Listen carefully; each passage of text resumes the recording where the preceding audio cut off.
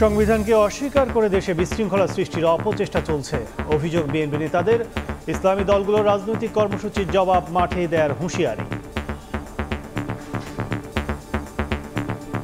কেন extra constitutional order দিয়ে এই সমস্ত জিনিস কি অরাজকতার মধ্যে দেশকে ফেলতে চাচ্ছেন? উদ্দেশ্যটা কি? দেশের মধ্যে এক ধরনের বিশৃঙ্খলা সৃষ্টি করা। রাজনৈতিক বক্তব্য হিসেবে কোনো দল মাঠে যদি সেই দাবি উত্থাপন করে, আমরাও গণতান্ত্রিক প্রক্রিয়ায় তার বিপক্ষে আমাদের যা বক্তব্য আছে সেটা আমরা রাজনৈতিক মাঠে ময়দানে দেব।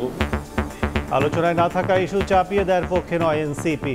নির্বাচন বাধাগ্রস্ত করে এমন কর্মসূচির বিপক্ষে বাম জোট। পুরো সংসদ নির্বাচনটাই পিয়ারের ভিত্তিতে হোক, আমরা এটার সাথেও একমত না, কারণ এটা এই মুহূর্তে বাংলাদেশের বাস্তবতা নাই এবং জনগণেরও এটা প্রস্তুতি নাই। নতুন নতুন প্রশ্ন হাজির করে যদি এই নির্বাচনকে প্রশ্নবিদ্ধ করা হয় বা কালক্ষেপণ করা হয়, সেটা হবে আমাদের জন্য সংকট। 5 দফা দাবিতে বিকেলে বিভাগীয় শহরে জামায়াতের বিক্ষোভ সমাবেশ। দেখছিলেন প্রধান শিরোনাম। দুপুরের সময় সঙ্গে আছি আমি কাজল আব্দুল্লাহ। এবার অন্যান্য শীর্ষ সংবাদ। মালয়েশিয়া যেতে সরকারি খরচে 6 গুণ বেশি আদায়। শতাধিক এজেন্সির হাজার কোটি টাকা জালিয়াতির নথি দুদকের হাতে। সিন্ডিকেট ভাঙতে প্রভাবশালী অপরাধীদের ধরার তাগিদ।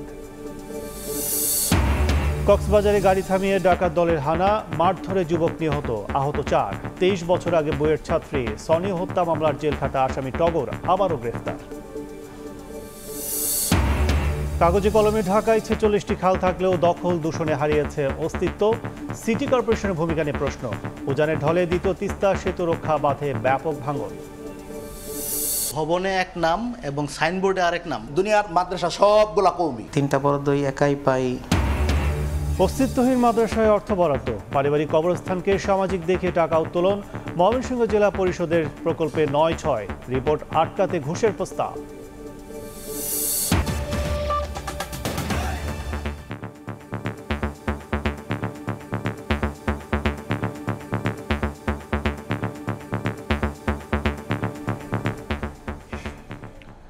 সংবিধান যে এখনও কার্যকর তা অস্বীকার করে দেশে বিশৃঙ্খলা সৃষ্টির অপচেষ্টা চলছে বলে অভিযোগ করেছেন বিএনপির স্থায়ী কমিটির সদস্য ডাক্তার AZM জাহিদ হোসেন।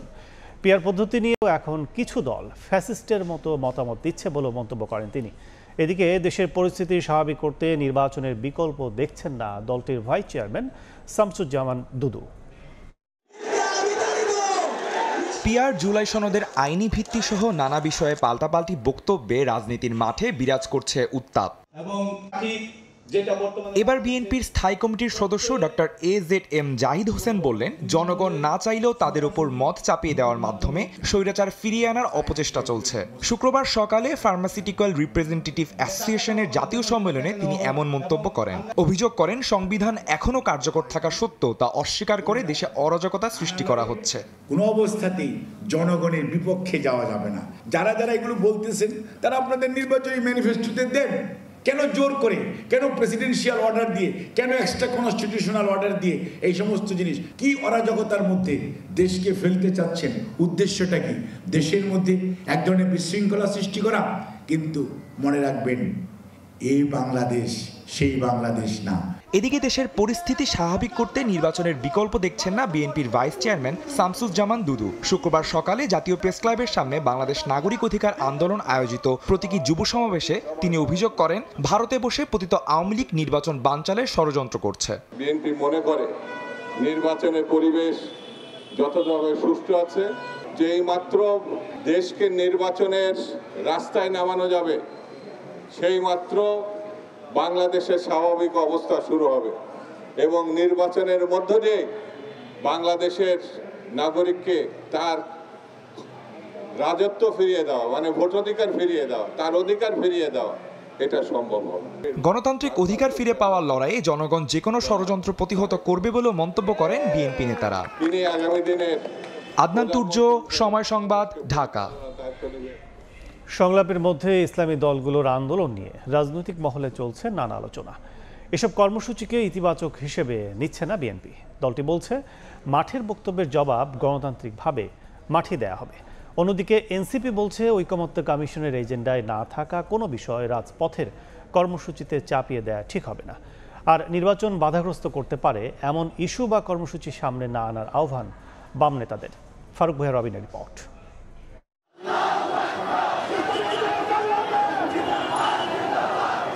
সংস্কার ইস্যুতে রাজনৈতিক দলগুলোর সঙ্গে জাতীয় ঐক্যমত্য কমিশনের ধারাবাহিক আলোচনার মধ্যেই রাজপথের কর্মসূচিতে জামায়াত, ইসলামী আন্দোলন সহ ধর্মভিত্তিক কয়েকটি দল প্রায় অভিন্ন দাবিতে আনুষ্ঠানিক ঘোষণা দিয়ে বৃহস্পতিবার থেকে মাঠে নামে দলগুলো।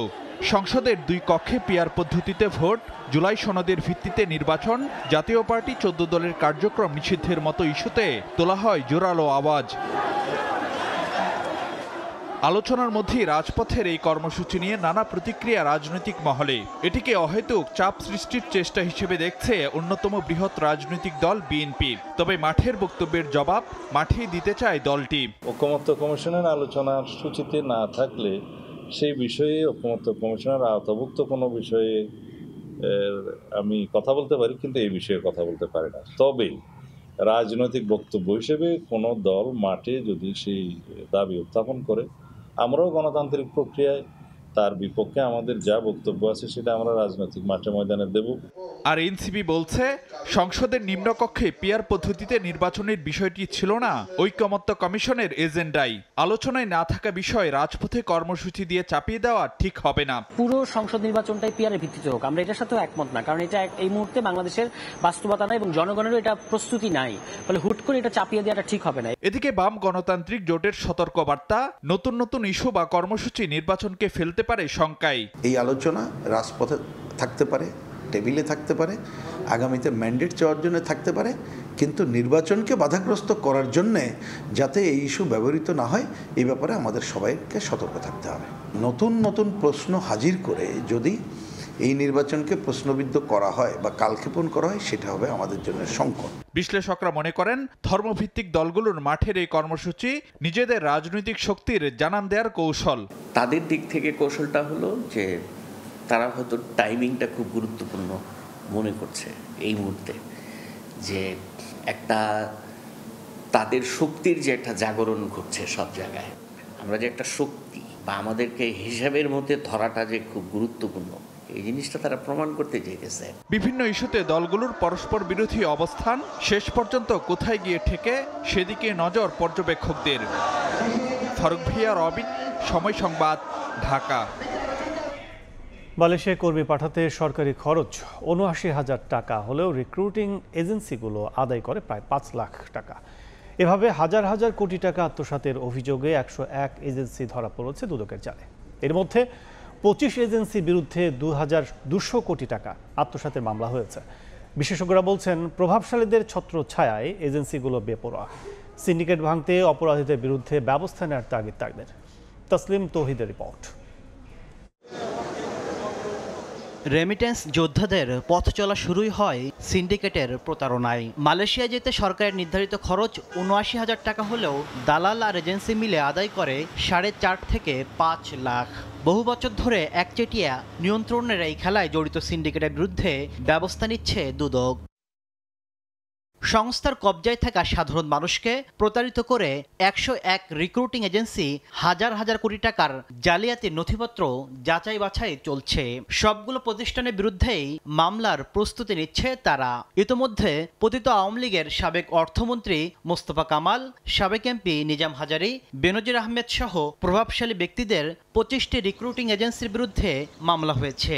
৬৪ জন আসামির বিরুদ্ধে ২,২২৮ কোটি টাকা আত্মসাতের অভিযোগ আনা হয়েছে। বিভিন্ন এজেন্সি বিভিন্ন ক্ষেত্রে পাসপোর্ট, স্বাস্থ্য পরীক্ষা এবং ইত্যাদি বলে কর্মীদের নিকট থেকে অতিরিক্ত অর্থ আদায় করেছেন। দুর্নীতি বিরোধী জাতীয় সমন্বয় কমিটির এই নেতা মনে করেন, এজেন্সি ও সরকারি কর্মকর্তার চক্রে নিঃস্ব হচ্ছে বিদেশগামী শ্রমিকরা। মাঝখানে প্রান্তিক যে মানুষগুলো আছে তারা কিন্তু ধ্বংস হয়ে যাচ্ছে, মরে যাচ্ছে। ল্যান্ডলেস যেটুকু ছিল ৫ কাঠা জমি সেটাও শেষ হয়ে যাচ্ছে। দেশে যখন আসে নিঃস্ব হয়ে আসে। ব্যাংক অ্যাকাউন্টগুলো যদি প্রতি সময় মনিটরিংয়ে থাকে, প্লাস তাদের যে গোয়েন্দা বাহিনী আছে, যে প্রতিরোধ আছে, ওদের দুর্নীতি মানে প্রতিরোধ শাখা আছে, তারা দেখবে সে কি করতেছে। অভিবাসন বিশেষজ্ঞরা বলছেন এই সিন্ডিকেট সক্রিয় থাকলে সংকটে পড়বে শ্রমবাজার। দৃষ্টান্তমূলক কিন্তু কোনো রেকর্ডিং এজেন্সির বিরুদ্ধে কিন্তু আমাদের মন্ত্রণালয় বা অধিদপ্তর তেমন কোনো ব্যবস্থা নিতে পারে নাই। আপনি মিডল ইস্টেও কিন্তু 1,65,000 টাকা সৌদি আরব, সেখানে কিন্তু 6 লাখ 7 লাখ টাকায় মানুষ যাচ্ছে। কিন্তু জেনে যদি তার প্রতিকার না করে, তার বিরুদ্ধে যদি ব্যবস্থা নেয়, তাহলে তো এটা কোনোভাবেই রোধ করা সম্ভব না। দুদক বলছে প্রয়োজনে প্রতারণার সঙ্গে জড়িত এজেন্সি সংশ্লিষ্টদের দেশ থেকে নিষেধাজ্ঞা ও গ্রেফতারে পদক্ষেপ নেবে তারা। তাসলিম তৌহিদ, সময় সংবাদ, ঢাকা। হত্যা মামলায় দীর্ঘদিন সাজা ভোগের পর জেল থেকে বেরিয়ে আবারও জড়িয়ে পড়েন অপরাধে। সীমান্ত দিয়ে অস্ত্র এনে সরবরাহ করতেন টার্গেট ক্রেতার কাছে। রাজধানীর আজিমপুর থেকে বুয়েট শিক্ষার্থী সনি হত্যা মামলার আসামি টগরকে গ্রেফতারের পর র্যাব জানায় অবৈধ অস্ত্রের চালান কিভাবে দেশে প্রবেশ করত এবং এর সঙ্গে জড়িতদের ধরতে কাজ করছে বাহিনী। 2002 সালের 8 জুন দরপত্র নিয়ে বুয়েট ক্যাম্পাসে ছাত্রদলের তৎকালীন সভাপতি মোকাম্মেল হায়াত খান ও ঢাকা বিশ্ববিদ্যালয়ের সলিমুল্লাহ মুসলিম হলের ছাত্রদল নেতা মুশফিক উদ্দিন টগর গ্রুপের সংঘর্ষ শুরু হয়। ক্লাস শেষে বাড়ি ফেরার সময় সংঘর্ষের মাঝে পড়ে গুলিবিদ্ধ হয়ে নিহত হন বুয়েটের কেমিক্যাল ইঞ্জিনিয়ারিং বিভাগের শিক্ষার্থী সাবেকুন নাহার সনি। এই হত্যা মামলায় 2002 সালেই গ্রেফতার হন মুশফিক উদ্দিন টগর। সাজা শেষে 2020 সালে মুক্তি পেয়ে আবারও জড়িয়ে পড়েন নানা অপকর্মে। বৃহস্পতিবার রাজধানীর আজিমপুরে অভিযান চালিয়ে টগরকে গ্রেফতার করে র্যাব। শুক্রবার রাজধানীর কারওয়ান বাজারের মিডিয়া সেন্টারে সংবাদ সম্মেলনে র্যাব জানায় সীমান্ত দিয়ে অবৈধ অস্ত্র এনে টার্গেট কাস্টমারের কাছে সরবরাহ করতেন টগর। সীমান্তবর্তী এলাকা হতে তিনি বিভিন্ন সময় অবৈধভাবে অস্ত্র ঢাকায় নিয়ে আসেন এবং বিভিন্ন মানুষকে তা সরবরাহ করে থাকেন। অবৈধ অস্ত্রের চালান কিভাবে দেশে প্রবেশ করত এবং এর সঙ্গে কে কে জড়িত সে বিষয়ে তদন্ত চলছে বলে জানান র্যাব কর্মকর্তা। তার দেওয়া তথ্য অনুযায়ী আমাদের এই কার্যক্রম চলমান থাকবে এবং আমরা অস্ত্র উদ্ধারে যে কাজগুলো আমরা পূর্বেও করেছিলাম এই ধারাবাহিকতা আমরা বজায় রাখার চেষ্টা করব। টগরের বিরুদ্ধে মুগদা থানায় একটি মাদক মামলাও রয়েছে। যিনি অপরাধী তিনি অপরাধী। দিন মোহাম্মদ সাব্বির, সময় সংবাদ, ঢাকা। কক্সবাজারে গাড়ি থামিয়ে ডাকাতির সময় মারধরে এক যুবক নিহত হয়েছেন। এ সময় আহত হয়েছেন আরও 4 জন। বৃহস্পতিবার চকরিয়ার মালুমঘাট এলাকায় রশির ফাঁদ দিয়ে দুটি মোটরসাইকেলে গতিরোধ করে ডাকাতরা। এ সময় মোটরসাইকেলে থাকা 5 আরোহীকে মারধর করে তারা। এক পর্যায়ে টাকা, মোবাইল ফোন সহ ব্যাগ লুট করে পালিয়ে যায় ডাকাতরা। পরে আহত অবস্থায় 5 জনকে উদ্ধার করে চকরিয়া উপজেলা স্বাস্থ্য কমপ্লেক্সে নিলে একজনকে মৃত ঘোষণা করেন চিকিৎসক। জড়িতদের ধরতে অভিযান চলছে বলে জানিয়েছে পুলিশ। নিহত মাহমুদুল হক উখিয়ার বালুখালী এলাকার বাসিন্দা ছিলেন। রাজধানীর উত্তরার জামতলা রেল ক্রসিংয়ে ঢাকামুখী সিরাজগঞ্জ এক্সপ্রেসের একটি বগি লাইনচ্যুত হয়েছে। এতে সারা দেশের সঙ্গে ট্রেন চলাচল কয়েক ঘন্টা শিডিউল বিপর্যয় দেখা দেয়। রেলওয়ে পুলিশের ভারপ্রাপ্ত কর্মকর্তা জয়নাল আবেদিন জানান, সকাল 10:30টার দিকে রেলগেটের ক্রসিংয়ে সিরাজগঞ্জ এক্সপ্রেসের সঙ্গে সিমেন্ট বোঝাই ভ্যানের মুখোমুখি সংঘর্ষ হয়। এতে 4 নম্বর লাইনে একটি বগি লাইনচ্যুত হয়, তবে এতে কোনো হতাহতের ঘটনা ঘটেনি। ট্রেন চলাচল স্বাভাবিক করতে ঘটনার পরপরই উদ্ধার কাজ শুরু হয়। পরে দুপুর 1টার পর সারা দেশের সঙ্গে রেল যোগাযোগ স্বাভাবিক হয় বলে জানায় বিমানবন্দর স্টেশন মাস্টার।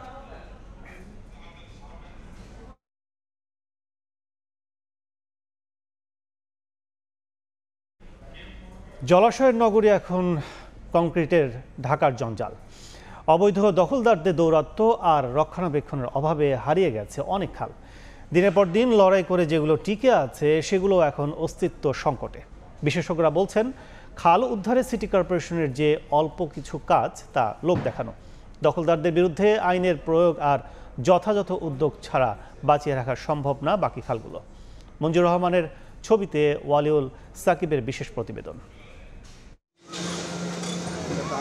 গেল 23 এপ্রিল মোহাম্মদপুরের হাইক্কার খালে অবৈধ স্থাপনা উচ্ছেদে অভিযান চালায় ঢাকা উত্তর সিটি কর্পোরেশন। ওই সময় একটি দোতলা ভবন পুরোপুরি, একটি ভবনের আংশিক ও বেশ কয়েকটি টিনের ঘর ভেঙে দেওয়া হয়। তবে অভিযানের প্রায় 6 মাস পরেও শুরু হয়নি খননের কাজ। এখনও সেভাবেই পড়ে আছে খালের ভরাটকৃত মাটি। ঢাকা দক্ষিণের ধোলাইখাল কেবল নামেই রয়ে গেছে। ব্যস্ত সড়ক, দুই পারের দোকানপাট আর বাড়িঘর দেখে বোঝার উপায় নেই 3 দশক আগেও এখানে চলেছে নৌকা। ঐতিহ্যবাহী এই খালটির অবশিষ্ট এখন সিএমবি বক্স কালভার্ট। দেখছি যে বেকুদিয়া ভাঙতেছে, ম্যাজিস্ট্রেট আসছিল, সিটি কর্পোরেশন অনেক লোক আসছিল, খাল উদ্ধার হয়নি, ভেঙে গেছে আর কি। আমি 2 পয়সা করে নৌকাতে পার করছি, 5 পয়সা করে, এখন তো আরো পারাবার নাই। দক্ষিণের আরেক খাল জিরানি টিকে আছে ঠিকই, তবে প্রায় নিষ্প্রাণ হয়ে। কোথাও কোথাও প্রবাহ থাকলেও আবর্জনার চাপে বেশিরভাগ জায়গাতেই পানি আবদ্ধ। নামমাত্র ময়লা পরিষ্কার হয়, কিছু পলিথিন পরিষ্কার হয়, কিন্তু পানির যে প্রবাহ ঠিক করা, এগুলি কোনো কিছুই ঠিক করা হয় না। উত্তর সিটির আগারগাঁওয়ে যে খালটি কোনো মতে টিকে আছে, সেটির অবস্থাও বেহাল। স্থানীয়দের কাছে বিএনপি বাজার খাল নামে পরিচিত এই খালটি মূলত কল্যাণপুর খালেরই অংশ। কল্যাণপুরের দিকে কিছুটা প্রশস্ত থাকলেও তা সংকুচিত হয়ে অর্ধেকে নেমেছে পলি জমে। যেভাবে ভরাট হচ্ছে খাল, তার তুলনায় উদ্ধার আর রক্ষণাবেক্ষণ একেবারেই অপ্রতুল। এভাবে চলতে থাকলে অচিরেই হয়তো ঢাকা পরিণত হবে খালশূন্য নগরে। বসবাসের অযোগ্য এই নগরী আর কতটা অযোগ্য হলে টনক নড়বে সংশ্লিষ্টদের, তার উত্তর নেই কারো কাছেই। River and delta research centre RDRCর 23 থেকে 24 সালের তথ্য অনুযায়ী ঢাকায় খাল আছে মোট 64টি। তাদের হিসেবে সাম্প্রতিক সময়ে দখল ও রক্ষণাবেক্ষণের অভাবে ঢাকার জলাশয়ের অন্তত প্রায় 120 কিলোমিটার জলপথ হারিয়ে গেছে।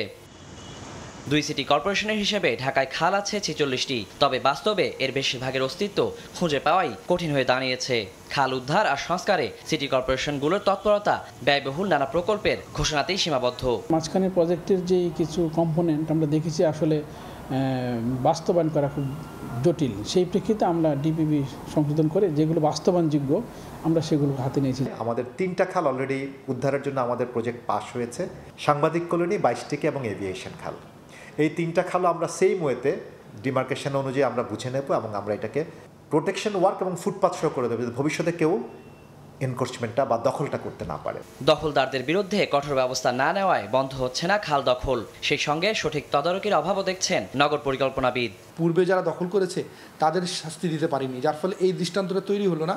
খাল দখল করলে শাস্তি পাওয়া যায়। যে গত 5 বছর আগে আমাদের এত কিলোমিটার খাল ছিল, এখন এই বছরে এত কিলোমিটার নতুন খাল উদ্ধার করেছি এবং কতটুকু বেড়েছে, এই ধরনের কোনো পরিসংখ্যান কেউ দিতে পারে না। প্রকল্প কেন্দ্রিক জটিলতা থেকেও বেরিয়ে আসার তাগিদ বিশেষজ্ঞদের। ওয়ালিউল সাকিব, সময় সংবাদ, ঢাকা। এই মুহূর্তে রাজধানীর হাজারীবাগে কালুনগর খাল এলাকায় আছেন সহকর্মী ওয়ালিউল সাকিব, সরাসরি যাচ্ছে তার কাছে। আমি এই মুহূর্তে আছি ঢাকা দক্ষিণ সিটি কর্পোরেশনের হাজারীবাগ এলাকায়। হাজারীবাগের কালুনগর এই জায়গাটির নাম, এবং ঠিক আমার পাশে যে ময়লার ভাগাড়টি আসলে দেখা যাচ্ছে, এটি মূলত একটি খাল এবং এই খালটিও কালুনগর খাল নামেই মূলত পরিচিত। তবে এত বেশি ময়লা এই খালটিতে আমি দেখতে পাচ্ছি। বিশেষ করে এর আগে যে 2টো খালে আমি ঘুরেছি, সেখানে কোথাও কোথাও ময়লা দেখেছি, কোথাও কোথাও কিছুটা পানি দেখেছি। তবে এই খালের যতটুকু দৃষ্টিসীমা যায়, কোথাও কিন্তু আমি কোনো পানি দেখতে পাচ্ছি না, এবং রীতিমতো ময়লার ভাগাড়ে পরিণত হয়েছে এই কালুনগর খাল। তবে স্থানীয়দের সঙ্গে কয়েকজনের সঙ্গে কথা বলছিলাম আমি, তারা কিন্তু আমাকে জানিয়েছেন যে কিছুদিন আগেই এই জায়গাটিতে আমি যেখানে আছি সেখানে পরিষ্কারের কাজ করা হয়েছিল, তবে এই কয়েকদিনের মাথাতেই আবারও এই ময়লা আবর্জনা সেখানে জমা হয়েছে। এবং একটি মজার বিষয় হচ্ছে যে এই খালটিতে আমরা দেখতে পাচ্ছি একটি বড় অংশ জুড়ে এই কালুনগর খালে লোহার বেষ্টনী দেওয়া হয়েছে যেন কেউ ময়লা ফেলতে না পারে। এবং ঢাকা দক্ষিণ সিটি কর্পোরেশন এবং যে সরকারের পক্ষ থেকে কিন্তু জায়গায় জায়গায় আমরা দেখতে পাচ্ছি পোস্টার, এখানে ব্যানার লাগানো আছে যেখানে বলা হচ্ছে যেন কোনো ধরনের ময়লা আবর্জনা ফেলা না হয়। তারপরও এই লোহার বেষ্টনী থাকার পরেও কিন্তু একদমই ময়লার ভাগাড়ে পরিণত হয়েছে এই খালটি। আর আমি একটু বলে রাখি যে এই খালটি মূলত বুড়িগঙ্গা নদী থেকে উৎপত্তি হয়েছে এবং এই কামরাঙ্গীরচর এবং হাজারীবাগ এলাকা হয়ে পরবর্তীতে এটি হচ্ছে মূলত তুরাগ নদীতে গিয়ে মিশেছে। তবে আগে যে দৈর্ঘ্য ছিল এবং যে প্রস্থ ছিল এই খালটির, সংকুচিত হতে হতে কিন্তু একেবারেই যে খুবই ছোট অবস্থায় আছে এবং পানির কোনো ধরনের প্রবাহ আমরা দেখতে পাচ্ছি না। পাশাপাশি প্রচণ্ড দুর্গন্ধ এখানে, এবং এই আবদ্ধ পানি থাকার কারণে এখানে মশার উপদ্রব কিন্তু অনেক বেশি। তো স্থানীয়রা বলছেন যে আসলে তাদের দুর্ভোগের কোনো শেষ নেই। তবে ময়লা ফেলার ব্যাপারে কিন্তু স্থানীয়রা বলছেন যে তারা এখানে কোনো ধরনের ময়লা ফেলেন না। তবে কোথা থেকে এই ময়লাগুলো আসে এটি একটি বড় প্রশ্ন। আর ঢাকা উত্তর সিটি কর্পোরেশনের কিছুটা তৎপরতা কিন্তু আমরা দেখি সাধারণত, যারা কিছুটা খাল উদ্ধার, উচ্ছেদ কিংবা পরিষ্কার রক্ষণাবেক্ষণের যে কাজগুলো করে সেই তুলনায় ঢাকা দক্ষিণ সিটি কর্পোরেশনের উদ্যোগ কিন্তু একেবারেই কম। বিশেষ করে কিছুদিন আগে আমি ঢাকা দক্ষিণ সিটি কর্পোরেশনের প্রধান নির্বাহী কর্মকর্তার সঙ্গেও কিন্তু কথা বলছিলাম এই খালের ব্যাপারে। তিনি আমাকে বলেছেন যে তিনি 3টি খাল, মোট 4টি খালের হচ্ছে পরিষ্কার পরিচ্ছন্ন করার জন্য এবং রক্ষণাবেক্ষণ করার জন্য, পাশাপাশি খালের সৌন্দর্য বর্ধনের প্রকল্প প্রকল্প কিন্তু তারা হাতে নিয়েছেন, খুব শীঘ্রই সেটির কাজ শুরু হবে। কিন্তু আমরা যে কটি খালে ঘুরেছি ঢাকা দক্ষিণ সিটি কর্পোরেশনে, কোনো ধরনের পরিষ্কারের কোনো উদ্যোগ আমরা দেখতে পাইনি এবং কোনো ধরনের প্রকল্পের কাজও আমরা শুরু করতে দেখতে পাইনি। তো এই ছিল আমার কাছে এখন পর্যন্ত এই কালুনগর খালের এই বেহাল অবস্থার সবশেষ খবর। রাজধানীর খালগুলোর অবস্থা জানাতে এখন সরাসরি ছিলাম হাজারীবাগে। উজানের ঢলে রংপুরে দ্বিতীয় তিস্তা সেতু রক্ষা বাঁধে তীব্র ভাঙন দেখা দিয়েছে। এর মধ্যেই নদী গর্ভে বিলীন হয়ে গেছে প্রায় 30 মিটার অংশ। অন্যদিকে শেরপুরে মহারশি নদীতে পাহাড়ি ঢলের পানিতে ডুবে নিখোঁজ যুবকের মরদেহ উদ্ধার করা হয়েছে। এ নিয়ে পাহাড়ি ঢলে মৃত্যু হলো 2 জনের।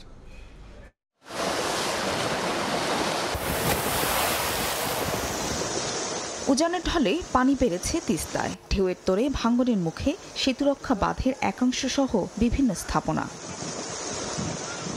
রংপুরের গঙ্গাচড়া মহিপুরে সেতুরক্ষা ব্লকের নিচ থেকে সরে গেছে মাটি। এতে 70 ফুট গর্তের সৃষ্টি হয়েছে। এমন পরিস্থিতিতে ভাঙনের ঝুঁকিতে রয়েছে সেতু, লালমনিরহাট রংপুর সংযোগ সড়ক সহ কয়েকটি গ্রাম। বড় ধরনের ক্ষয়ক্ষতি এড়াতে দ্রুত ব্যবস্থা নেওয়ার দাবি স্থানীয়দের। আমাদের এখানে 20 কে 20 সম্পত্তি আমার সব ধ্বংস হয়ে গেছে। খেত খালা সমস্ত রূপে নষ্ট হয়ে যাওয়ার সম্ভব না, ঝুঁকিপূর্ণ পড়ে গেছে। মাথাটা ভাঙছে, এখনো আছে, এখনো রক্ষা করা সম্ভব। এটা তো এলজিটির আন্ডারে হয়েছে কাজ। এটা যদি উদ্যোগ নেয় তাহলে এখনো সম্ভব আটকা। তিস্তা মহাপরিকল্পনা বাস্তবায়ন করুক সরকার, করলে হয়তো বা আমরা এই তিস্তা নদীর ভাঙ্গন থেকে রক্ষা পাবো। এ অবস্থায় ঢাকা থেকে গিয়ে ঘটনাস্থল পরিদর্শন করে প্রয়োজনীয় ব্যবস্থা নেওয়ার আশ্বাস দিয়েছে এলজিইডির কারিগরি দল। ড্রাই সিজনে কাজগুলা বেশি ত্বরান্বিত হয়, যেহেতু ফ্লাড সিজন।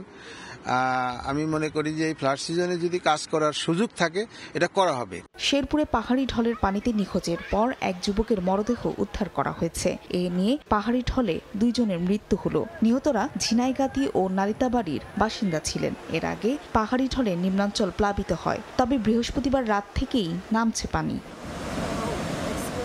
এদিকে পরিস্থিতি স্বাভাবিক হওয়ায় শুক্রবার সকালে বন্ধ করে দেওয়া হয়েছে কাপ্তাই বাঁধের সব জলকপাট। তবে হ্রদের পানি বাড়লে আবারও জলকপাট খুলে দেওয়া হবে বলে জানিয়েছে কাপ্তাই কর্ণফুলী বিদ্যুৎ কেন্দ্র কর্তৃপক্ষ। ফাহরিয়া ফারজানা, সময় সংবাদ। প্রায় 4.25 লাখ চাকরি প্রার্থীর অংশগ্রহণে শেষ হলো 47তম বিসিএস এর প্রিলিমিনারি পরীক্ষা। সকাল 10টায় শুরু হওয়া পরীক্ষা শেষ হয় দুপুর 12টায়। ঢাকা সহ দেশের 8 বিভাগের শহরে মোট 256টি কেন্দ্রে পরীক্ষা দেন চাকরি প্রার্থীরা। এখন পর্যন্ত কোনো জালিয়াতি অনিয়মের অভিযোগ পাওয়া যায়নি। দেশে সরকারি কর্মকর্তা নিয়োগের সবচেয়ে গুরুত্বপূর্ণ পরীক্ষা বাংলাদেশ সিভিল সার্ভিস বা বিসিএস এর প্রিলিমিনারি পরীক্ষা। প্রতিবারের মতো এবারও কয়েক লাখ চাকরি প্রত্যাশী এতে অংশ নিয়েছেন। শুক্রবার সকাল 10টায় 8 বিভাগীয় শহরের 256টি প্রতিষ্ঠানে একযোগে পরীক্ষা শুরু হয়, চলে দুপুর 12টা পর্যন্ত। তবে নির্ধারিত সময়ের আগেই রাজধানীর কেন্দ্রগুলোর সামনে ভিড় করেন পরীক্ষার্থীরা। নির্দেশনা মেনে হলে প্রবেশ করেন 9:30টার মধ্যেই। পরীক্ষার সার্বিক ব্যবস্থাপনায় সন্তোষ প্রকাশ করেন বাইরে অপেক্ষা করা স্বজন ও অভিভাবকরা। পরীক্ষা দিতে আসছে আমার ওয়াইফ, সেন্টার খুঁজে তেমন একটা সমস্যা হয়নি। প্রশাসনিক দিক থেকে পুলিশরা আর কি যারা খুব চেক করে ঢুকাইতেছে, সব দিক থেকে ভালো মনে হচ্ছে। আমার মেয়ে পরীক্ষা দিতে আইছে, নাতিকে আমার কাছে রেখে গেছে। ইনশাআল্লাহ আশা করি পরীক্ষা ভালো হবে। আমার মেয়ে ব্যাংকেও পরীক্ষা দিচ্ছে, এখন বিসিএস দিতে আসছে। বড় কোনো অভিযোগ ছাড়াই 2 ঘন্টার পরীক্ষা শেষে পরীক্ষার্থীদের মাঝে প্রশ্নপত্র নিয়েছিল মিশ্র প্রতিক্রিয়া। ব্যবস্থাপনা খুবই সুন্দর আর পরীক্ষা আলহামদুলিল্লাহ মোটামুটি হয়েছে। বিসিএস এর যে প্রার্থীর সংখ্যা তা অনেক দেশের জনসংখ্যাকেও ছাড়িয়ে গেছে।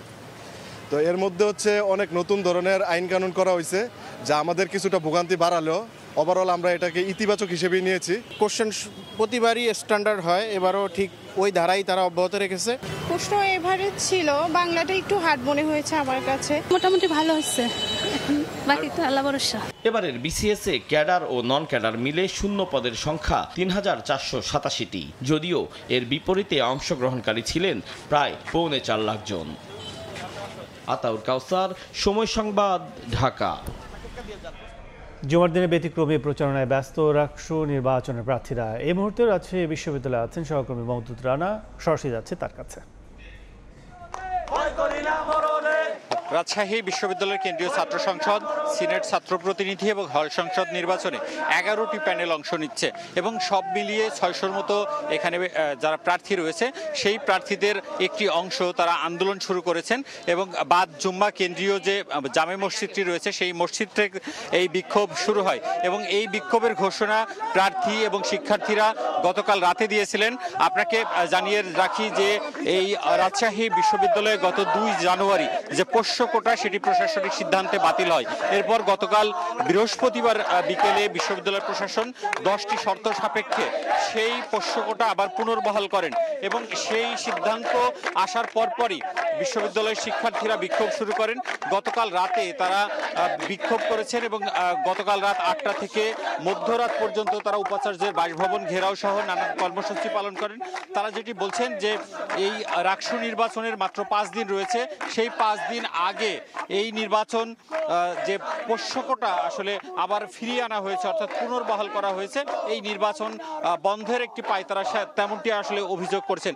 আপনাকে জানিয়ে রাখি যে আজকে সকাল থেকেই প্রার্থীরা প্রচারণা করেছেন এবং কিছুক্ষণ আগে কেন্দ্রীয় যে মসজিদটি রয়েছে সেই মসজিদের সামনে সমস্ত প্রার্থীরা তারা সেখানে প্রচারণা করেছে। আমরা যেটি দেখেছি যে জুম্মার নামাজের পর প্যানেলবদ্ধভাবে এবং স্বতন্ত্র প্রার্থীরা তাদের প্রচারণা শুরু করেন এবং সেখানে কোলাকুলি করেন, সেখানে তাদের লিফলেট বিতরণ করেন, তাদের ইশতেহার সাধারণ যারা শিক্ষার্থীরা রয়েছে তাদেরকে তারা শোনান এবং তারা যেটি বলছেন যে একই সাথে তারা নির্বাচনী প্রচারণা যেমনি চালাবেন তেমনি তারা এই আন্দোলনটি করবেন।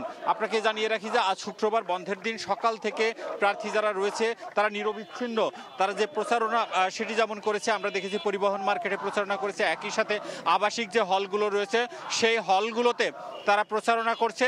অন্যদিকে তারা যেটি বলছেন যে রাকসু নির্বাচন এবং একই সাথে পোষ্য কোটা সেটি নিয়ে যে দ্বিধাদ্বন্দ্ব এবং সংশয় তৈরি করা হয়েছে সেটি প্রশাসনকেই সেটি শেষ করতে হবে এবং তারা বলছেন যে ঘোষিত সময়ে রাকসু নির্বাচন অনুষ্ঠিত হতে হবে এবং একই সাথে যে পোষ্য কোটা রয়েছে সেটি আর ফিরে আসবে না, সেটি বন্ধ করতে হবে। এই ছিল রাজশাহী বিশ্ববিদ্যালয় থেকে আমার কাছে সর্বশেষ। রাকসু নির্বাচনের খবর জানাতে এখন সরাসরি ছিলাম রাজশাহী বিশ্ববিদ্যালয়ে। গার্ডেন ফ্রেশ টেকনোলজির কঙ্কা ফ্রিজে 14 দিনেরও বেশি সময় খাবার থাকে ফ্রেশ।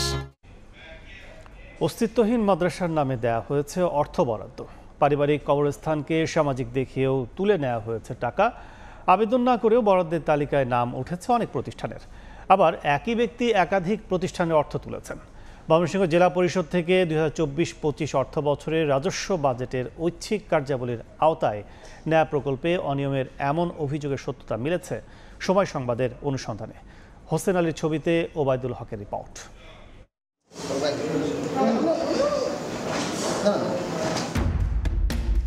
ময়মনসিংহ জেলা পরিষদে 2024-25 অর্থ বছরে রাজস্ব বাজেটের জনস্বাস্থ্য উপখাতে 47টি প্রকল্পে 86,50,000 টাকা বরাদ্দ দেওয়া হয়। এর মধ্যে সদর উপজেলার ভাবখালী ইউনিয়নেই নেওয়া হয় 35 লাখ টাকা ব্যয়ে 17টি প্রকল্প, যার বেশিরভাগ কওমি মাদ্রাসার উন্নয়ন এবং বাস্তবায়ন প্রকল্প কমিটির হাতে। একটি ইউনিয়নে জেলা পরিষদ থেকে এত বরাদ্দ কিভাবে গেল এ নিয়ে প্রশ্ন ওঠে। সেই প্রশ্নের উত্তর খুঁজতে ভাবখালী ইউনিয়নে সময় সংবাদ। বরাদ্দপত্রের 45 নম্বরে থাকা জামিয়া হাজেরা মহিলা মাদ্রাসা নামে বরাদ্দ হয়েছে 2 লাখ টাকা। তবে পরিচালক জানালেন তিনি কোনো বরাদ্দের জন্য আবেদনই করেননি। জামিয়া হাজেরা মহিলা মাদ্রাসা নামে এখনো পর্যন্ত কোনো টাকা পাইনি। তার কথার সূত্র ধরে চুরখাই বাজারের পাশে একই নামে আরেকটি মাদ্রাসা খুঁজে পাওয়া যায়। মাদ্রাসার দেয়ালে রং দিয়ে জামিয়া হাজেরা কওমি মহিলা মাদ্রাসা লেখা থাকলেও ছাদের উপরে নতুন করে একটি বোর্ড সাটানো হয়েছে যেখানে কওমি শব্দ বাদ দিয়ে লেখা হয়েছে। অস্তিত্বহীন মাদ্রাসায় কয়েকদিন আগে এই সাইনবোর্ড সাটিয়ে টাকা তুলে নেওয়া হয়। এ বিষয়ে প্রশ্ন করা হলে ক্ষিপ্ত হন মাদ্রাসাটির পরিচালক নজরুল ইসলাম। তিনি আবার বরাদ্দপত্রে থাকা 44 নম্বরের জামিয়া হাজি শমসের আলী মহিলা মাদ্রাসা নামেও 2 লাখ টাকা বরাদ্দ নিয়েছেন। ভবনে এক নাম এবং সাইনবোর্ডে আরেক নাম। দুনিয়ার মাদ্রাসা সবগুলা কওমি, এটা আপনি কি আপনি জানেন না দেখে মূর্খের মতো প্রশ্ন করছেন। এক ইউনিয়নে 2 নাম 10 নামেও হওয়া কোনো এটা কোনো আইনে বা কোনো রেজুলেশনে বা কোনো নিয়ম শৃঙ্খলার ভিতরে কোনো এটা বাধা ভিত্তিক আছে? অনুসন্ধানে এমন আরও বেশ কয়েকটি প্রতিষ্ঠান পাওয়া গেছে যাদের কেউ আবেদন না করলেও তাদের নামে বরাদ্দ হয়ে গেছে। অভিযোগ উঠেছে জালিয়াতির মাধ্যমে বরাদ্দ নেয়ার পেছনে ভূমিকা রেখেছেন স্থানীয় আইনুল হক নামে এক ব্যক্তি। তিনি নিজেই 2টি মাদ্রাসা ও একটি কবরস্থানের নামে 7 লাখ টাকা বরাদ্দ নিয়েছেন। আইনুল ভাই জানাইছে খরচ টস দিয়া আপনার 90,000 টাকা পাবেন। আইনুল ভাই আমাদের অজান্তে তিনি দরখাস্ত করছিলেন, 1/3 অংশ হয়তো আমরা পাবো না আর কি, বাকিটা আমরা পাইবো আর কি। জেলা পরিষদের ভারপ্রাপ্ত প্রধান নির্বাহী কর্মকর্তার সঙ্গে সখ্যতা গড়ে একাই ভুয়া প্রকল্প বাগিয়ে নিয়েছেন আইনুল হক। সব অভিযোগ অস্বীকার করলেও সময় সংবাদের প্রতিবেদককে ম্যানেজ করতে অনৈতিকভাবে সুবিধা দেওয়ার চেষ্টা করেন আইনুল হক। 3টা বরাদ্দই একাই পাই, এই সম্পর্কে আপনাদেরকে কি বলবো, এটা আল্লাহর রহমত ছাড়ার কিছু না।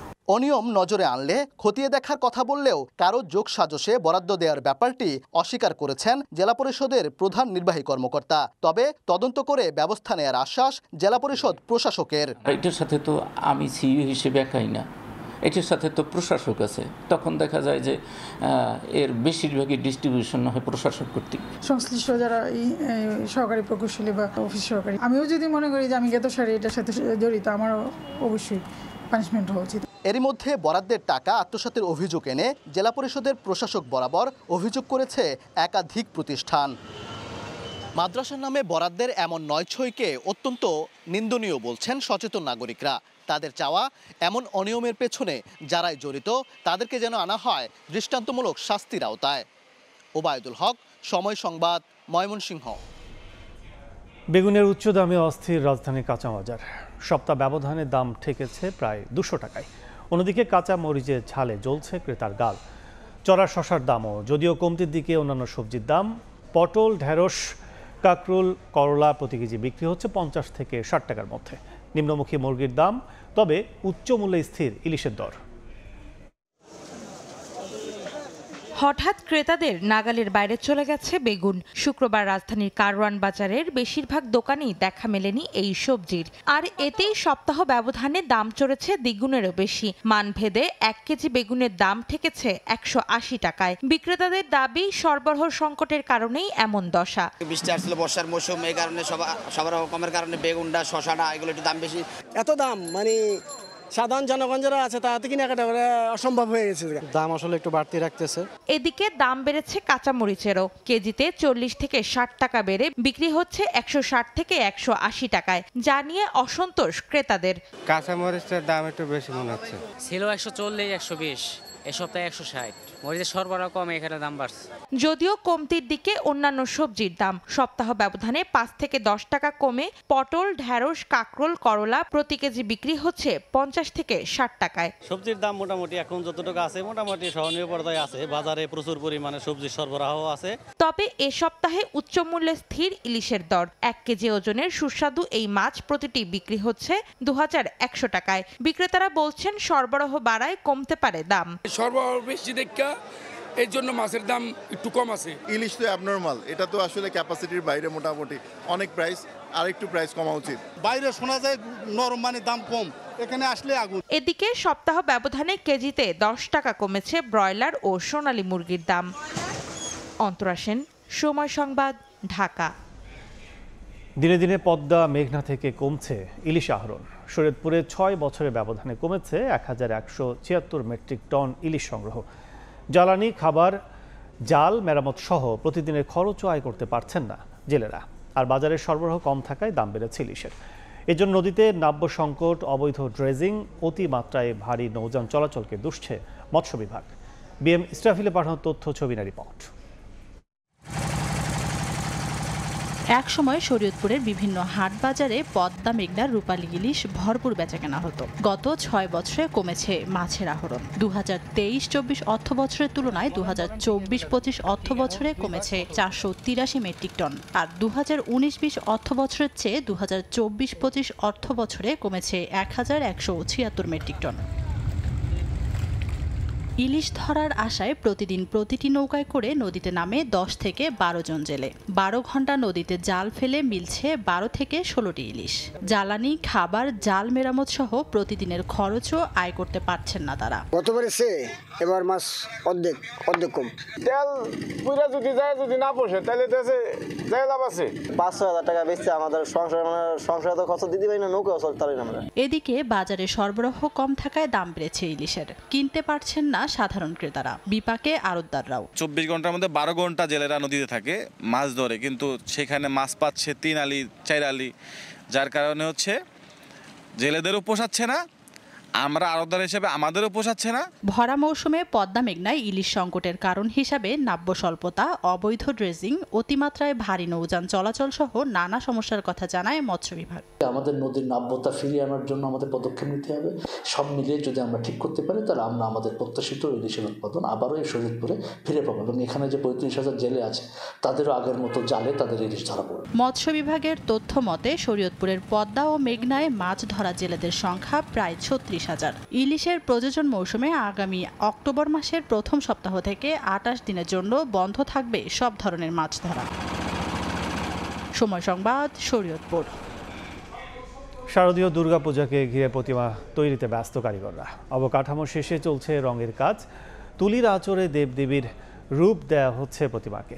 শান্তিপূর্ণভাবে পূজা উদযাপনে মণ্ডপগুলোতে নিরাপত্তা জোরদার করেছে আইনশৃঙ্খলা রক্ষাকারী বাহিনী। টাঙ্গাইল থেকে কাদির তালুকদার ও ফরিদপুর থেকে শিকদার সজলে পাঠানো তথ্য, ছবিতে রিপোর্ট।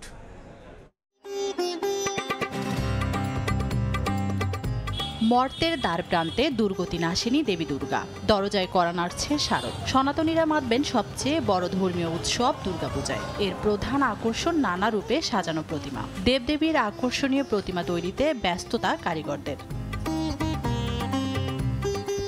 টাঙ্গাইল ও ফরিদপুরের মণ্ডপগুলোতে বেশিরভাগ প্রতিমার অবকাঠামো প্রস্তুত। এখন চলছে রং আর তুলির আঁচড়ে দেবী দুর্গার রূপকে ফুটিয়ে তোলার কাজ।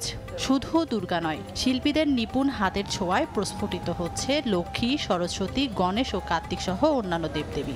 কারিগররা বলছেন পূজার দিন ঘনিয়ে আসায় দিনরাত এক করে কাজ করছেন তারা। দিনরাত 24 ঘন্টা কাম করতেছি, কাম করে মাল ডেলিভারি হবে 8 দিন পরে। সবকিছুর দাম বেশি না, এখন মজুরি তারা আমাদের বাড়ে নাই। মুহূর্তে বাজেটও কমে গেছে, দেশের পরিস্থিতি খারাপ, তার জন্য মণ্ডপ সজ্জার কাজও চলছে জোরে সোরে। ধর্মীয় নানা পৌরাণিক কাহিনী ফুটিয়ে তুলে সাজানো হচ্ছে মন্দিরগুলোকে। আমাদেরকে গতবারের মতো এবারও আমাদের আইন শৃঙ্খলা রক্ষাকারী বাহিনী আমাদের সাথে থাকবে। সুন্দরভাবে তারা এই ঠাকুর দেখতে পারেন, সেই ক্ষেত্রে তাদের আলাদা আলাদাভাবে আমরা ব্যবস্থা করার জন্য প্রতিটা মন্দিরকে আমরা নির্দেশনা দিয়েছি। এবার টাঙ্গাইলে 1250টি ও ফরিদপুরে 757টি মণ্ডপে আয়োজন করা হয়েছে শারদীয় উৎসবের। নির্বিঘ্নে পূজা উদযাপনে সব ধরনের নিরাপত্তা ব্যবস্থা নিয়েছে আইন শৃঙ্খলা রক্ষাকারী বাহিনী। সংশ্লিষ্ট পূজা মণ্ডপের সাথে যারা দায়িত্বপ্রাপ্ত আছেন তাদের সাথে একটি নিবিড় যোগাযোগের মাধ্যমে আমরা আইন শৃঙ্খলা যে পূর্ব প্রস্তুতি এই দুর্গোৎসবকে ঘিরে সেটি আমরা রক্ষা করতে চাই। আগামী 28 সেপ্টেম্বর মহাষষ্ঠীর মধ্য দিয়ে শুরু হবে শারদীয় দুর্গাপূজা, যা শেষ হবে 2 অক্টোবর বিজয়া দশমী ও প্রতিমা বিসর্জনের মধ্য দিয়ে। তানজিনা তাসনিম, সময় সংবাদ।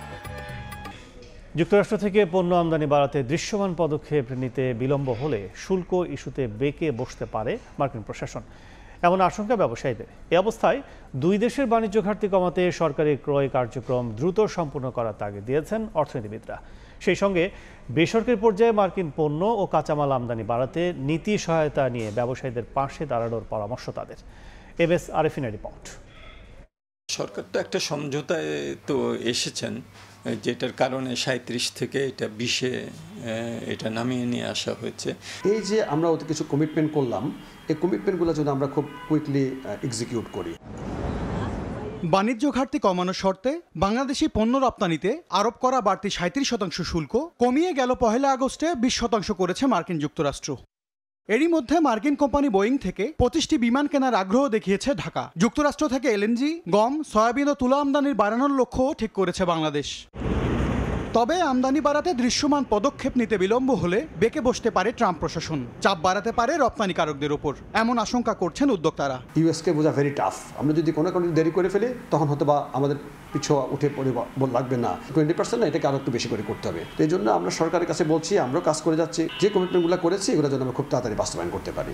ব্যবসায়ীদের এমন শঙ্কা দূর করতে সরকারকে এগিয়ে আসার তাগিদ দিচ্ছেন অর্থনীতিবিদরা। সবচেয়ে যেটা দ্রুততার সাথে দেখানো যায় সেটা হলো গভর্নমেন্টের প্রকিউরমেন্টের ক্ষেত্রে সরকার যেগুলো প্রকিউরমেন্ট করে সেসব প্রকিউরমেন্টগুলো মার্কিন যুক্তরাষ্ট্র থেকে বেশি করল। প্রতিযোগিতামূলক বাজার থেকে সরে যুক্তরাষ্ট্র থেকে পণ্য আমদানি বাড়াতে প্রয়োজনে নতুন নীতি কৌশল সাজানোর পরামর্শ তাদের। ব্যক্তিখাত যেটা আমদানি করবে সেখানে তার যদি লস দিয়ে আমদানি করতে তাহলে সে উৎসাহিত হবে না। ব্যক্তিখাতেরটাকে যদি প্রণোদিত করতে চায়, ট্রেড ডাইভার্সন করে অন্য দেশ থেকে না কিনে মার্কিন যুক্তরাষ্ট্র থেকে কেনার জন্য প্রণোদিত করা, তাহলে সেটা করতে গেলে ব্যক্তিখাতকেও কিছুটা সুযোগ সুবিধা সেখানে দিতে হবে। চলতি মাসেই বাংলাদেশ ও যুক্তরাষ্ট্রের মধ্যে একটি বাণিজ্য চুক্তি হওয়ার সম্ভাবনার কথা জানিয়েছে বাণিজ্য মন্ত্রণালয়। MS আরিফিন, সময় সংবাদ, ঢাকা। ভারপ্রাপ্ত প্রধান শিক্ষক হয়ে নিজেকেই দিয়েছেন সহকারী প্রধান শিক্ষক পদে নিয়োগ। তারপর 6 বছর নিয়েছেন 2 পদের বেতন ভাতা। চাঞ্চল্যকর এই ঘটনা কিশোরগঞ্জের বালিয়া উচ্চ বিদ্যালয়। প্রাথমিকভাবে অভিযোগের সত্যতা নিশ্চিত করেছেন বর্তমান প্রধান শিক্ষক ও পরিচালনা কমিটির সভাপতি। তদন্ত শুরু করেছে জেলা শিক্ষা অফিসও। প্রতিবেদন পেলেই ব্যবস্থা নেওয়ার কথা জানিয়েছে কর্তৃপক্ষ। নূর মোহাম্মদের পাঠানো তথ্য ছবিটা রিপোর্ট। ছিলেন জুনিয়র শিক্ষক, কিন্তু প্রধান শিক্ষকের অবর্তমানে সিনিয়র শিক্ষকদের ডিঙিয়ে হয়ে যান বিদ্যালয়ের ভারপ্রাপ্ত প্রধান শিক্ষক। আর সে পদে থেকেই নিজেকে নিয়োগ দেন সহকারী প্রধান শিক্ষক হিসেবে। কিশোরগঞ্জের করিমগঞ্জ উপজেলার বালিয়া উচ্চ বিদ্যালয়ের সাবেক ভারপ্রাপ্ত প্রধান শিক্ষক ও বর্তমান সহকারী প্রধান শিক্ষক মোহাম্মদ শামস উদ্দিনের বিরুদ্ধে উঠেছে এমন অভিযোগ। ভারপ্রাপ্ত প্রধান শিক্ষক থাকাকালীন 2012 থেকে 18 সাল পর্যন্ত 6 বছর একই সময়ে 2টি পদের বিপরীতে বেতন নিয়েছেন। এতে প্রায় 30 লাখ টাকা অতিরিক্ত নেওয়ার অভিযোগ উঠেছে তার বিরুদ্ধে। এ ঘটনায় গত 25 জুন মোহাম্মদ আব্দুর রহিম নামের স্থানীয় এক ব্যক্তি জেলা প্রশাসকের কাছে লিখিত অভিযোগ করেন। বিষয়টি তদন্ত করে করিমগঞ্জ উপজেলা মাধ্যমিক শিক্ষা কর্মকর্তাকে নির্দেশ দেয় জেলা শিক্ষা অফিস। প্রাথমিকভাবে 2 পদে বেতন নেওয়ার সত্যতা পাওয়া গেছে বলে জানালেন বিদ্যালয়টির বর্তমান প্রধান শিক্ষক ও পরিচালনা কমিটির সভাপতি। বিচার বা এটা তদন্তটা আমরা চাই, যদি আমার বাপ হতো তারা সঠিক বিচার হোক, এটা আমরা চাই। একটা সহকারী প্রধান শিক্ষক হিসেবে একটা ভারপ্রাপ্ত প্রধান শিক্ষক হিসেবে সে 2টা বেতন নিয়েছে, এটা কাগজপত্র তার স্বাক্ষর সহ সব কিছু আছে। উপজেলা শিক্ষা অফিসার, জেলা শিক্ষা অফিসার বিষয়টা তদন্ত করছে। তাদের সাথে পরামর্শ করে, ইউনূস স্যারের সাথে পরামর্শ করে আমি পরবর্তী পদক্ষেপ গ্রহণ করব। তবে অভিযুক্ত শিক্ষকের দাবি নিয়মের বাইরে কোনো কাজ করেননি তিনি। আমি দায়িত্ব পালনকালীন অর্থনৈতিক বা একাডেমিক কোনো কাজেই নিয়মের বাইরে আমি কোনো কাজ করি নাই। আর তদন্ত প্রতিবেদন অনুযায়ী ব্যবস্থা নেওয়ার কথা জানান জেলা শিক্ষা কর্মকর্তা। সাবেক ভারপ্রাপ্ত প্রধান শিক্ষকের তদন্তটা দায়িত্ব দেওয়া হয়েছে উপজেলা মাধ্যমিক শিক্ষা অফিসার করিমগঞ্জকে। আমরা বলেছি অ্যাজ আর্লি অ্যাজ পসিবল রিপোর্টটা দেওয়ার জন্য। ওইটারও রিপোর্ট আসলে তখন আমরা ব্যবস্থা নিতে পারবো। 1969 সালে প্রতিষ্ঠিত বালিয়া উচ্চ বিদ্যালয়ে 11 জন শিক্ষক ও 635 জন শিক্ষার্থী রয়েছে। সময় সংবাদ, কিশোরগঞ্জ। এ পর্যায়ে শীর্ষ সংবাদগুলো জানিয়ে দিচ্ছে আরেকবার। সংবিধানকে অস্বীকার করে বিশৃঙ্খলা সৃষ্টির অপচেষ্টা দেখছে বিএনপি। আলোচনায় না থাকা ইস্যু চাপিয়ে দেওয়ার পক্ষে নয় এনসিপি। মাঠের কর্মসূচির বিপক্ষে বাম জোট। মালয়েশিয়া যেতে সরকারি খরচে 6 গুণ বেশি আদায়। শতাধিক এজেন্সির হাজার কোটি টাকা জালিয়াতির নথি দুদকের হাতে। সিন্ডিকেট ভাঙতে প্রভাবশালী অপরাধীদের ধরার তাগিদ।